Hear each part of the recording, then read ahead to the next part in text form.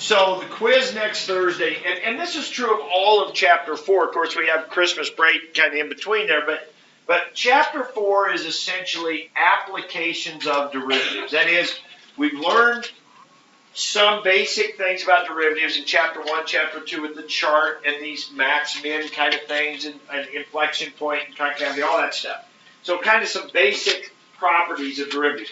And now in Chapter 3 with the gateway test, we've learned how to do the derivative of any kind of equation that we could come up with. And so we can now do the derivative. So now, obviously, the next thing makes sense would be what can we use the derivative for? So Chapter 4 is a bunch of different sections, like 10 sections, 9 or 10 sections in Chapter 4. And they're all about what can we use the derivative to do. And so they're really unconnected or disconnected, I guess would be the word, from each other, except for the fact somewhere, somehow, they involve a derivative. Somewhere in the concept of what we're working on in each of the sections, somehow the derivative is in there.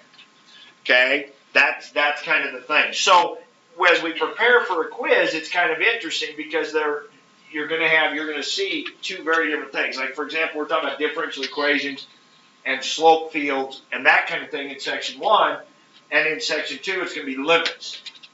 It's going to be all about limits. And they're just totally unrelated, right? Except we're going to do something with them that involves a derivative. That's the connection, okay? All right. So clearly a differential equation involves a derivative because that's what a differential equation is. It's an equation that has a derivative in it. All right, so these are the three things you have to be able to do for the quiz out of this section. You have to be able to draw a slope field, which we're going to work on today. That wasn't in any of your homework here. You're going to have to match slope fields with differential equations, so that's like 7 through 14. And you're going to have several more opportunities today on today's worksheet to do some matching. And then you have to be able to do a Newton's Law cooling problem. Now, it might...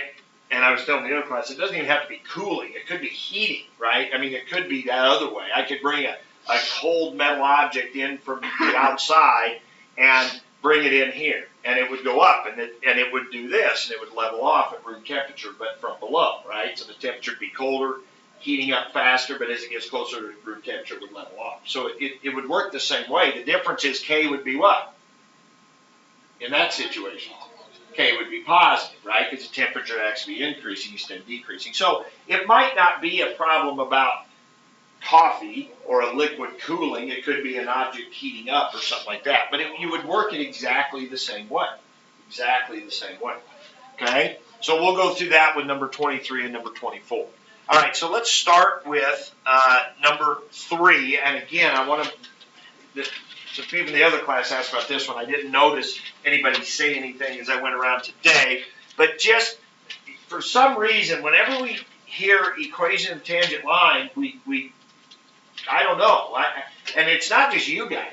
I mean, for years, it seems like my classes do this. And so it must be me. It must be something I'm doing. And I can't come up with another way to make it easier. But when you hear the words equation of the tangent line, you just do this, the equation of a line, right? Point slope form. And now actually it wouldn't be x here, it would be t, okay? Because that's our input variable. But that's it. All you need is two things, and they're what? Slope and a point, right? And most of the time, they just give you the point. Now, and I tried to explain this to you yesterday. On 3 and 4, it's worded kind of strange. It says explain why this is the equation of the tangent line.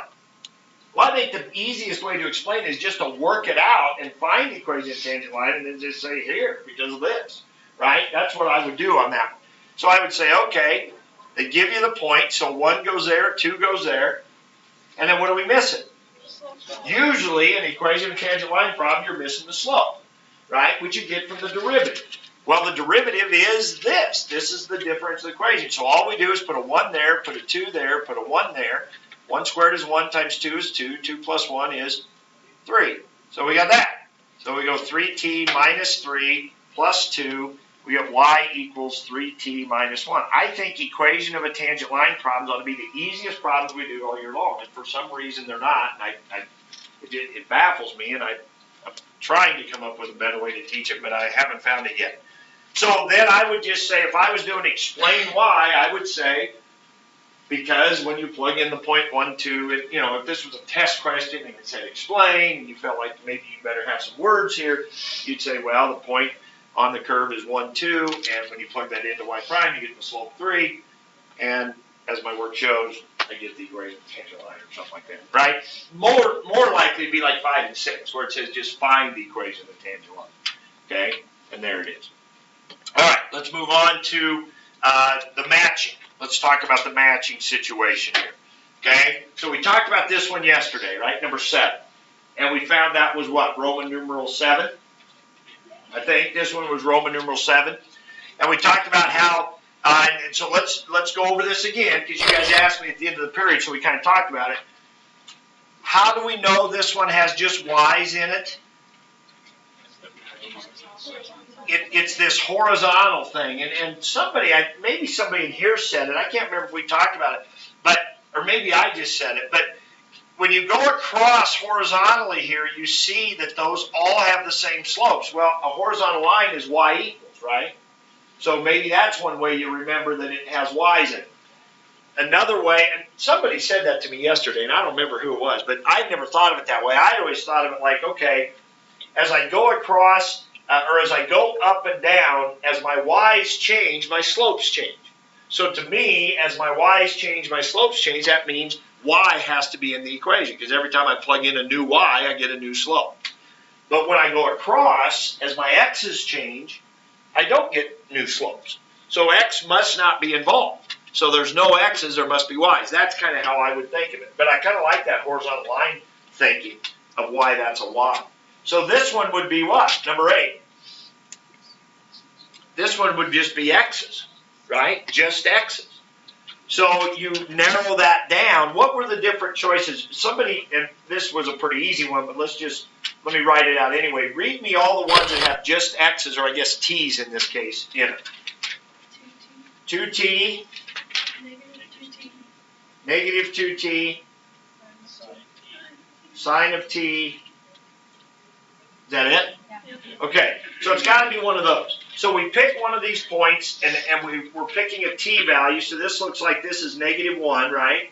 So we put a negative 1 in here, we get negative 2. Could that slope be negative 2? Yes. Put it, right? Yes. Put a negative 1 in this one. Positive. There's no way that slope is positive 2, so forget that. Put in a negative 1. Now that's kind of hard. Sine of negative 1.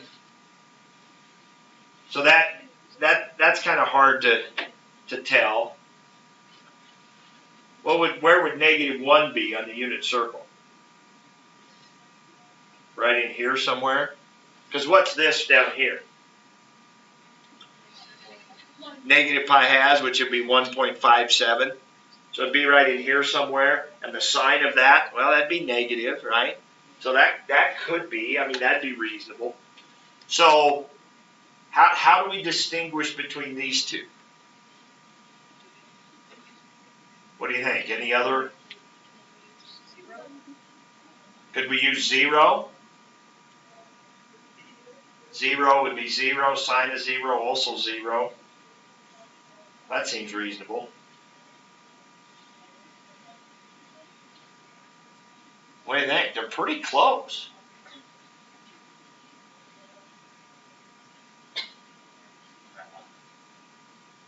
Try this one at 1.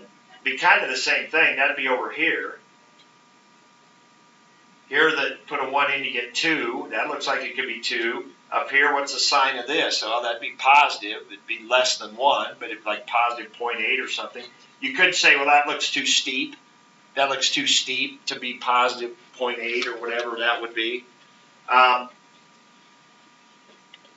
Yeah.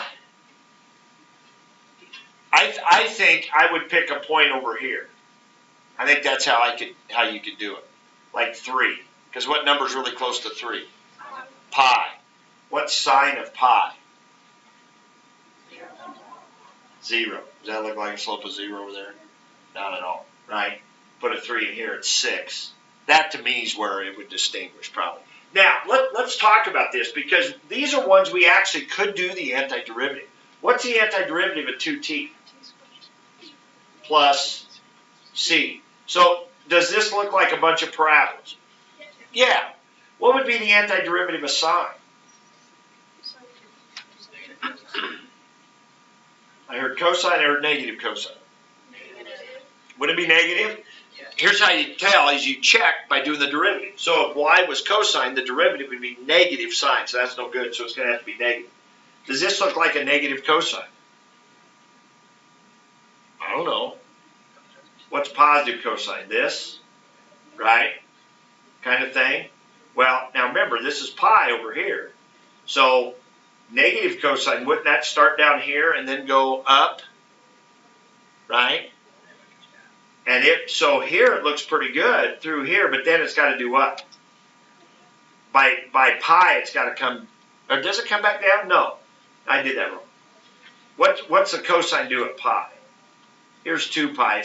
Cosine's got to go here and back up to here. So pi is just there. So it'd have to go up, and then would have to level about like that, wouldn't it? Wouldn't that be negative cosine? Negative cosine, this would be this flipped. So it would go up and do that. So to get over here to 3 or pi, it would go here. So it looks pretty good for a while, but then as it starts to do that, right? So in this part of negative cosine right here, it kind of looks like a parabola. So you can see why those were pretty close. But eventually it becomes a situation where it could not be. Okay, so let's do this one. Okay, so now on this one, this has to have both x's and y's, right? So by the way, so what was this one? Roman numeral 1? Okay, and then what about 9? What'd you have? What's Roman numeral 3? Tell me. Y prime equals t times y. Okay, so if you come over here at negative 2, 2, negative 2 times negative 2 is negative 4. Looks like that's a slope of negative 4. Come over here at 1, negative 1. That'd be a slope of negative 1. That looks reasonable. Okay, and so looks good. Now what about at 0? You put a 0 in for either one of those, you're going to get 0. So along each axis, it looks like it's horizontal. So it looks good. Okay? All right.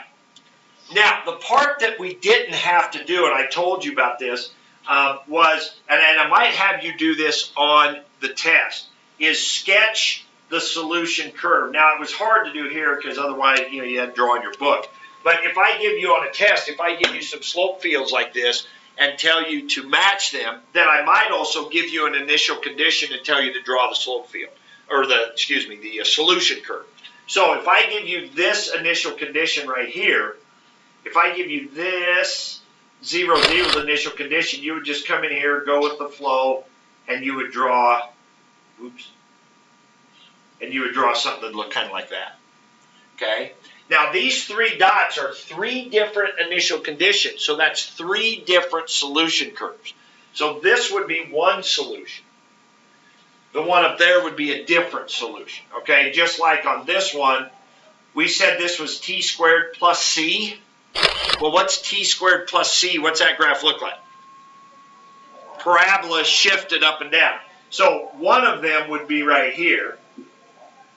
If you just kind of follow the lines, it would look like that. And if you use this initial condition, then this one might be more down here. Okay, but they're just vertical shifts of one of them. Okay, so these are the kind we're sort of used to. Okay, let's move on. So that was 7, 8, 9. So let me pull this up real quick here. So 7 you said was Roman numeral 7.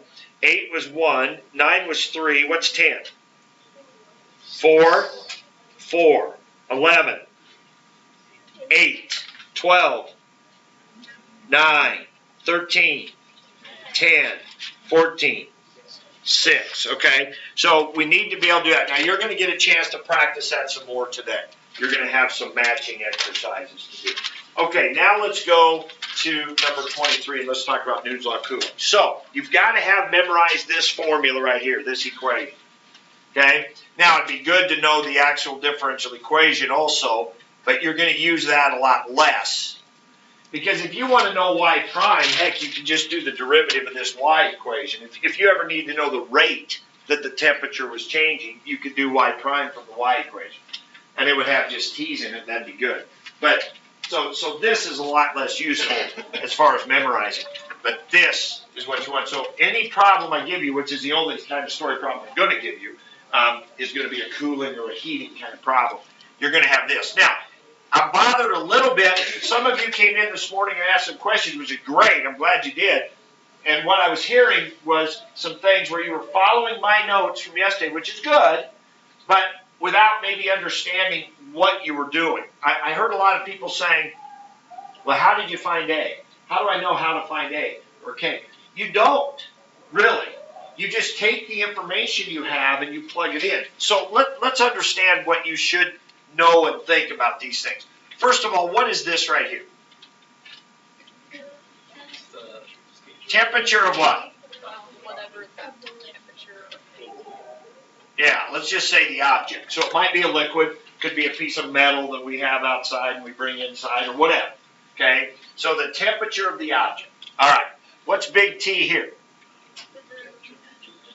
That'd be the room or the surroundings, let's say. So if you're inside, it would be the room temperature. If you're outside, it'd be the air temperature outside. Okay, and that's a constant. That's a constant, right? Now, obviously, that could fluctuate and change, but we're not going to add that into the problem. Okay, that would make it more difficult. Okay, what's A? Yeah, it's just some value. Now, it is based on certain things that would be good to know in a more complicated problem, but for us, most of the time, it's not a big issue. I'll tell you what I mean by that here in a second. Okay, what is K? Again, it's just some constant. Now, it does have some special meaning, sort of, but it's not really anything you really have to worry about, you know, unless we get into something a little more complicated, which I'll explain in a second. And what's little t? That's the time in minutes, right? Those three things, big T, little t, and Y, you've got to make sure you understand that. Okay, now, we want to talk about A and K a little bit. Here's what I would say about A. A is a constant that is dependent upon the surrounding temperature. It's dependent upon the initial temperature and the surrounding temperature. Okay? K is a constant that's dependent on the properties of the object that's cooling. The properties of the coffee, the cup it's in, whatever. The metal, if it's a piece of metal, whatever. Okay? So let's think about this. Because you could do a problem like this. If I wanted to make it a little more complicated, a little more interesting, we could do this. We could say, okay, I got my cup of coffee. I'm at Caribou. I go in, I buy my cup of coffee, right? And I'm sitting there, it's 190 degrees, whatever. And I bought my coffee, and I sat down there for a little while to wait for my friend to get his or whatever. You know, or it's warm in there and it's cold outside. So I sat in there, and I sat in there for about 5 minutes drinking my coffee. So my coffee is cooling based on those surrounding temperatures. So big T would be the room inside of Caribou, and then the A I could find the A based on the 190, you know, and that whole thing. And then I could, if I tested it 5 minutes later, how hot is my coffee, right? Then I could figure out what K is, right? Now let's say after those 5 minutes I walk outside. Now, what would change in that scenario? Big T would now change. So let's say 5 minutes later it went down to 160. Okay, after 5 minutes. So I could put a 190 in here and put a 0 in here and I could figure out A. And then I could put a 5 in here and now it's down to 160 and I can figure out K. We'll do that here in a minute. So I'd have my equation for that situation. But now I move outside. So what'd you say? What has changed? Big T has changed. What is that going to affect then in my equation? A will now be different. What about K? Does K change? K would not change because it's the same cup of coffee, right? It's the same liquid, it's in the same cup, whatever. K would not change. But since big T changes, then A would. So if you were doing a situation like that, and you said, okay, now you go outside and the temperature is this, how hot's the coffee 5 minutes later? What you would have to do then is you'd have to start over. What I would do, what would make simple, is start your time back at 0, right? So as soon as you go outside, call that now time 0, and your initial temperature would be whatever the temperature was when, what was it, 160 we said? So now your temperature's down to 160. That'd be your initial temperature now that you're outside. Make sense? And so knowing a little bit about A and K helps you in that scenario. In that scenario, that would help know that, okay? But most of the time, and probably on the quiz, we're not, unless I have a couple of questions like that, maybe even a bonus part or something, I don't know, whatever. Would that even be an issue? Most Newton's Law of Coolidge problems not going to be an issue. It's just going to be, here's your surroundings, here we go. So let's talk about 23. Now, 23 was about Boris and Natasha, right? They have two different cups. Does anybody know who they're talking about? Boris and Natasha?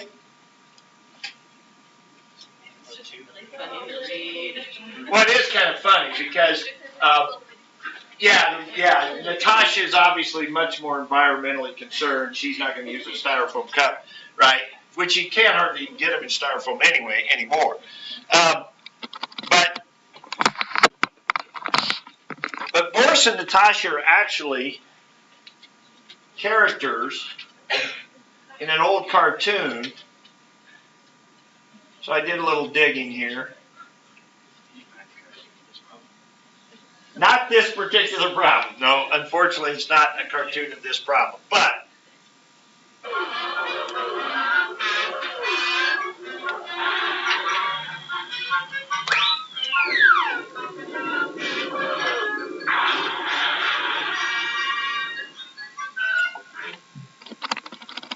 last time, you remember, Bullwinkle tried out his ultra-sultry look on a couple of young ladies who promptly fainted dead away. Bullwinkle didn't know that the girls had really fainted because they saw a mouse. Yeah, now he's convinced he's the greatest actor in the world. Oh, I am not. You're not? I'm just one of the greatest. But you can't go to Hollywood, Bullwinkle. I don't want to go back, but they need me. You ought to be in the case. Oh, isn't that terrible? You were going to be kissed. Come on now, Bullwinkle, you're not serious. Just watch me. And snatching up a mattress full of money earned from his paper route, the movie-struck moose had left the cottage. Wait up, Bullwinkle. You're my buddy. I gotta go along with you. Yeah, no bless, no bleed, J-Rock. What's that mean? I don't know, I just made it up. Now our boys are on their way to California, unaware that Bullwinkle's mattress full of money is the target of two pairs of sinister eyes belonging to... Oh, no, it isn't... Oh, it can't be. Say the name. Boris and Natasha. Ta-da! Then we steal mattress, boys. No time like the president, Natasha. every episode We're coming to needs town. to. When it gets dark, we grab mattress and make our own for it, okay? Porque? And as our hero sat unsuspecting, the train plunged into a dark tunnel. Now, Natasha. Hey, what's going on? Yeah, who are you? I'm Bullwinkle. Not you, you. I'm still Bullwinkle. I got it, Natasha. Let's go. But Boris. Don't talk you. Let's get out of here. And as the train emerged from the tunnel, Boris chuckled gleefully. Well, here it is, Natasha, right over my shoulder. I certainly am. Natasha, you? Boris, how could you mistake me for a mattress? Can I help it if you put on weight? Boris, we missed our chance. Silly girl. Remember old Pennsylvania Bravo. We have only begun to fight. Darling, that was said by American John Paul Jones.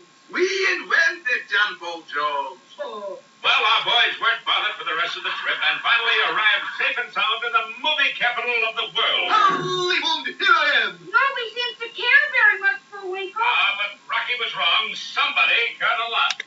Welcome. Welcome to Hollywood, stranger. Well, that's better. We greet you with open hearts, darling. What would you like to buy? Buy? I thought you were greeting us with open hearts. It's 50-50 deal. We open See, they're in the hearts, sky, you so you open don't net. recognize. Buy a souvenir, Hollywood, darling. Sure. Postcards, oranges, cemetery lot, battles, marks, all kinds of tourist attractions. Tourist! I'll have you know I'm a bona fide actor. A nectar.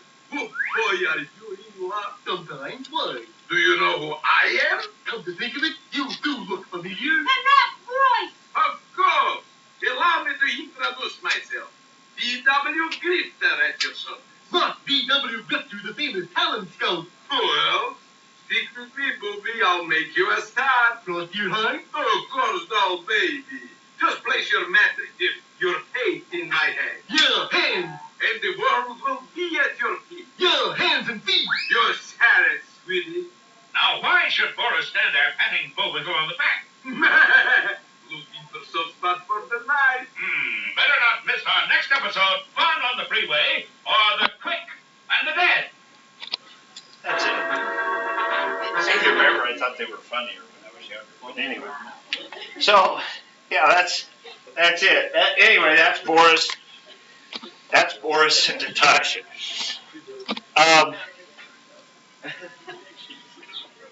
So you didn't really miss out.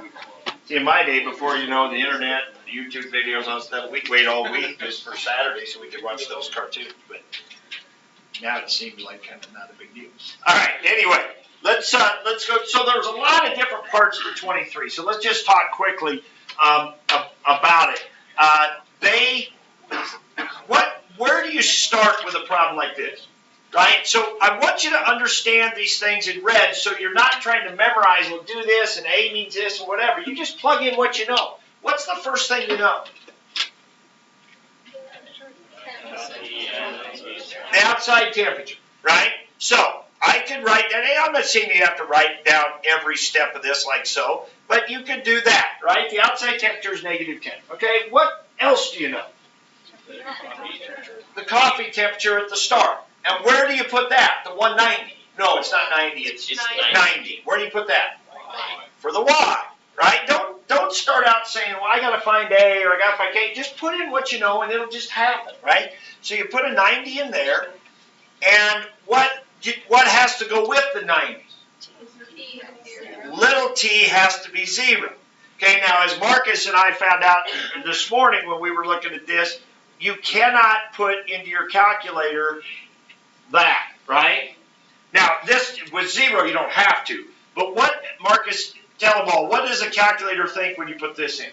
It thinks you're trying to ask what is, like, K of 2 was my problem. Yeah, you were putting in the 2, and it was K of 2. It thinks that's a function. It doesn't think K times 2. See? So if you type K parentheses 0, the calculator thinks you're talking about a function, K of 0. If you just do K0, or K2 or whatever, it thinks you're talking about a variable like K1, K2, K3, something like that. It does not think times unless you put a time sign in there. Now, if you put 2K or you put 0K, then with the number first, it does figure that it's multiplication. But the other way around, it doesn't. So you really got to be careful when you do that. Anyway, you wouldn't have to put this into the calculator because what's e to the 0? 1. So you end up with this. So this is why the A is dependent on the initial temperature and the surrounding temperature, because that's always at the initial when T is 0, and this part disappears. So A ends up being 100. So we found out, even if we didn't know what we were trying to find out, we found out that A is 100. Okay? Now we got this. Okay, now you think, well, we need to know K. Well, actually they tell us, don't they?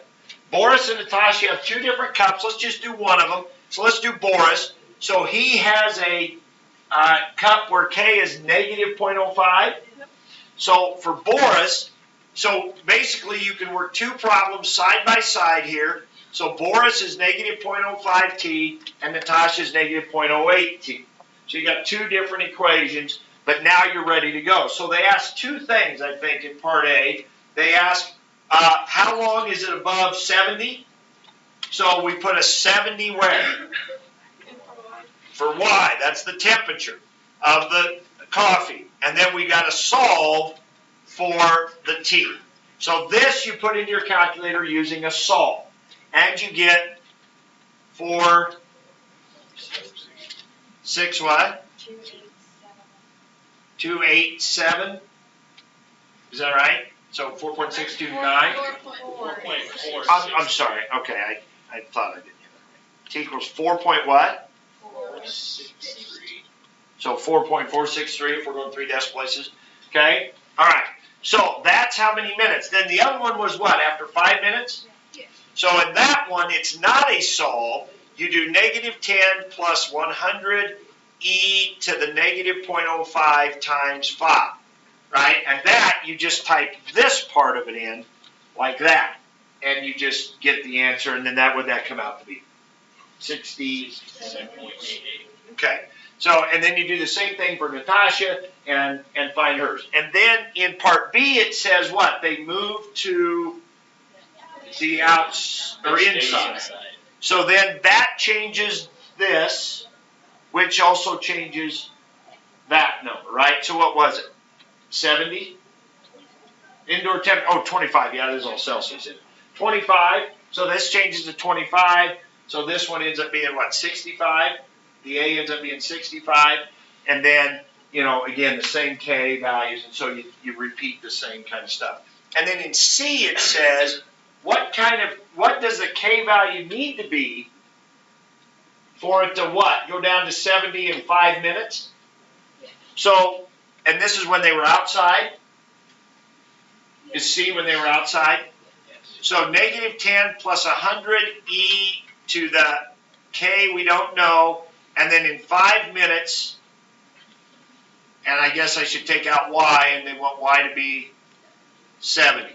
So this is again another, and this is the one we were talking about, kind of, you'd want to put a time sign in there, or smarter yet, just put 5K, right, when you do it, or 5X even, whatever. The calculator doesn't care if it's K or whatever. So now we're doing a solve. So it's the same kind of solve we did back here trying to figure out T, except this time we're figuring out K. And it came out to be what? Negative 0.0446, whatever. Okay? All right, there you go. So let's look at 24, but it's really the same scenario.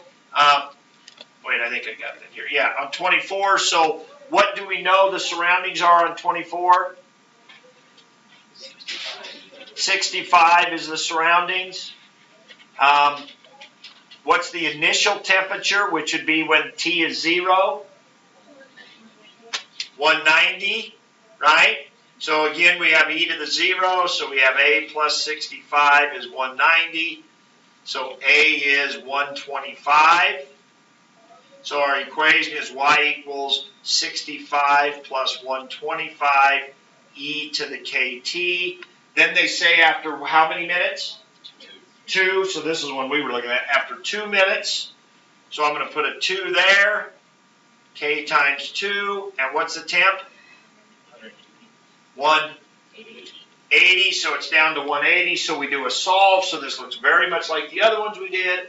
So we do a solve. We come up with K equals negative 0.6. And you want to keep, several decimal places probably. And so now our equation is y equals 65 plus, 125 e to the negative 0.0416 times t. And so then the question is, how long was it over 100? Was that the only question in 24? Yeah. How long is it over 100? So again, that's a solve. So we put a 100 there. So they're all just very, very much the same kind of thing. There's only so much you can do with the Newton's law of Coulomb, basically. Is you got to put in your initial conditions, find that A, find that K value, unless they give something to you. And then you can either plug in a number for T, find out how hot it is, or plug in the temperature for Y and find out how long it took to get there. That's it. Really. Okay? All right. So let's talk a little bit about what we're going to do. I'm going to hand out a worksheet to you here. So let's take a look at that document that I gave you. Let me pass that out first, I guess. So you can look at this calculator document. Now, to be honest, you're not going to have to do a whole lot with the calculator document. You can pretty much do this exercise without it. You could do pretty much just the worksheet. And that's kind of what I'm emphasizing to you here, actually. But it's kind of nice to have some slope fields on there you can look at, you can manipulate. But to be honest, we're not going to do much of that for the test. So slope fields forever. Wait, can I, how do I, Yes. the new documents, is my old or anything? Yeah, let me see. So you're on something else, right? So go to documents. And, well, actually, go to your home screen, press that, and then My Documents. And then this one, Slope Fields Forever. Yeah, if it didn't open up right away, If it didn't open up right away, typically if you're ever, you might have had another document open and then it tried to open that, and so it had to close your other one, and it might ask you if you want to save it. I usually say no. The other stuff we've done with the other documents, not anything you have to save. So I usually just say no, don't save, and so it'll open this new one. Okay, but if you didn't open it, go to the home screen and My Documents, and then it's called Slope Fields Forever. Okay, all right. So now to get from page to page, we hit Control right arrow, right, and this says Slope Fields. This just tells you a little about slope fields. It says grab the initial condition and move it about on the next page. So we go to the next page. Whoops.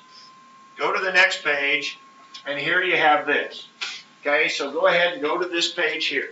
Now, on the worksheet, so you kind of follow along on the worksheet at the same time. It says describe your observations when you grab and move the initial condition point on the slope field. Now, it moves around better on the computer than it does in your calculator.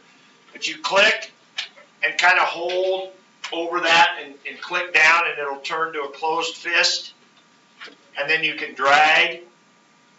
And as you drag this initial condition around, you'll notice that then the solution curve changes, which of course it should, right? Because it's got to follow those slopes through that point. And so you get different ones depending on where you drag it to. And if you drag it up above here, it's like that. Now I know yours is going to drag a lot slower than that. And it, but so that's question one. So there you did have to do a little bit on this document. Okay? Now, we go to the next one. The next page. It says, you saw that the slope field has many short segments that show the slope at that point, blah, blah, blah. Find the value of the slope at these 4 points. Record your answers below. You don't have to record them on this calculator document. You can just do them on the worksheet. So question number 2 is this same question that you see here on the calculator document. So they give you the differential equation. It's got x's and y's in it. So you're going to plug those points in and write those 4 slopes in the blanks next to where they ask about it. Okay? And so then it just kind of continues on there with question 3, question 4. Okay? So you're going to get a chance to work on that here in a minute. All right, so let's keep going. Let's scroll through the document. So again, when it asks you these questions here, you don't have to answer them on your calculator unless you want to. Just put it on your worksheet. Okay? Now we scroll through. Then we get into document 3 here, and it just talks about how to graph slope fields on your calculator. Now we went through that yesterday. So it says, okay, you got to go to your graph type, but actually this is an old document. It doesn't say graph type anymore. This used to say graph type right here. Now it says graph entry and edit. So this is actually outdated a little bit. But then it says you choose differential equation. It talks about how you have to use y1 there, that kind of thing. It says, oh, this is interesting. Even though you can change the y1 prime to p prime, you will still be considering the differential with respect to x and not t. Okay. So I was telling you that where it says y1 prime, I think we could change that to a p or maybe just a plain y. I'm not sure. Maybe you can. But again, we're not going to use it that much, so it doesn't really matter. So then it talks about put your initial condition in. So these are just things we talked about yesterday. Okay. Now, the next part of the worksheet, down on the bottom of the front side, it talks about matching.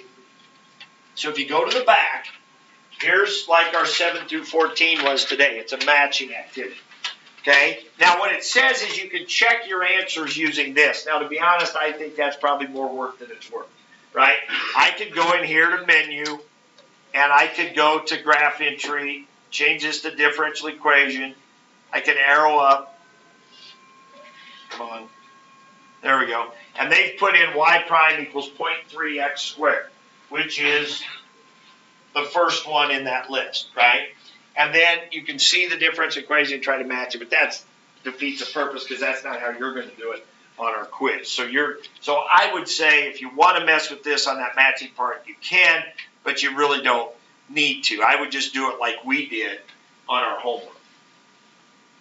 Check and see if it's got X's or Y's or both, and then plot a few points and see which one is which. Okay, so I would do the matching that way on the back side and not really mess with this. Okay, so that's that worksheet. Then the other thing we're going to do is this. That'll be the other homework.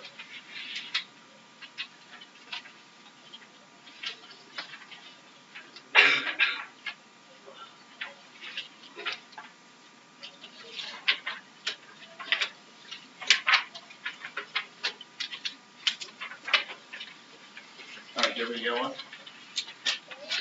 Yeah. And it should have 3 pages, front, back, and front. Okay. Now on this one, let's jump to the second and third pages here. Okay, we'll come back to the front page here in a minute. So you notice the second page has a matching scenario, and the third page has a matching scenario. And then it's got a couple of questions where it just wants you to sketch the solution curve, and so we talked about that, where you just follow the path, so you can do those. But what I wanted to point out to you is on the second page. Notice you've got the slope fields here, but what do you notice about those equations? They're not y prime, are they? They're not differential equations, they're the actual solution. Remember, a slope field is a picture of the y graph. So when you're matching it, you're actually matching the equation to the graph here, not the slope field as much. You see what I mean? I want you to think about that a little bit and make sure you understand that. On this matching, this is more like what we're doing. So the other worksheet, yesterday's book assignment, is more like this. They give you the y prime, which is the slopes, and then you got to match the slopes you see here. Here it's more like you're matching the solution curve with the solution equation. So make sure you notice that, and then I want you to think and you talk with each other about what a difference that makes when you actually are doing the graph. All right, back to the front side. So we got a lot of matching practice. So I had told you back here that there are 3 things we have to be able to do for the quiz. Newton's method, we've practiced that. There's not much more I can tell you about Newton's method, or not Newton's method, Newton's law of cooling. Okay? These 2 worksheets now are going to give you practice on these. Matching and then drawing your slope field. Okay? So let's go to the front side and let's just go through number 1 together. So, number 1, draw a slope field for this differential equation. So this is y prime equals x plus 1. So we just start plotting points. So when x is 0, what's 1?